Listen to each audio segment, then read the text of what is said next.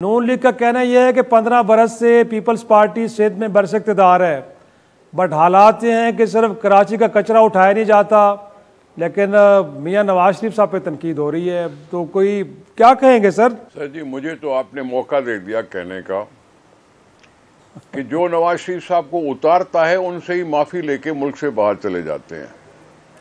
मुशर्रफ ने उनको उतारा, जेल में डाला, नवाज शरीफ ने दरख्वास्त की मुझे यहाँ इलाज मैसर नहीं है, मुझे जाने दिया जाए। वो अपनी फैमिली को लेके चले गए और मुशर्रफ ने कहा जाओ खुलासी करो।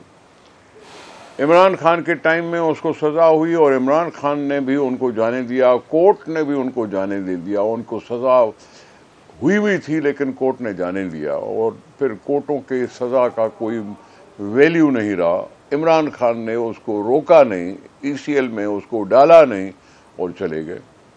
अब मैं उसमें ये कहूँ कि हम तो मरते रहे इमरान खान की हुकूमत में, चलाते रहे और हमारा लीडर था ही नहीं यहाँ मुल्क में, तो मैं इसको क्या कहूँ। उन्होंने कौन सा आवाम का ख्याल किया, उन्होंने कौन सा पंजाब का ख्याल किया, उन्होंने किसी पाकिस्तान का क्या ख्याल किया। हमारे पास जितने वसाइल हैं हम अब इस्तेमाल करते हैं आवाम के लिए, हम इस्तेमाल करते हैं हेल्थ की फैसिलिटीज़ के लिए, हम इस्तेमाल करते हैं ट्रांसपोर्ट को बेहतर कराने के लिए, हम इस्तेमाल करते हैं स्कूलों के लिए, रोडों को लिए, उन सब के लिए इस्तेमाल करते रहे हैं। आपका जो पंजाब है, अगर आप कहते हैं सिर्फ आप ही वहाँ हैं, तो फिर मुझे ये बताओ, पानी का टैंकर पैसों से लेना पड़ता है कराची में। मेरा जवाब सुन ले। अगर ऐसी बात है कि पंजाब में आपने बहुत शहद की दूध की नहरें बना दी है, तो फिर शहबाज शरीफ की गाड़ी पे पथराव क्यों होता है?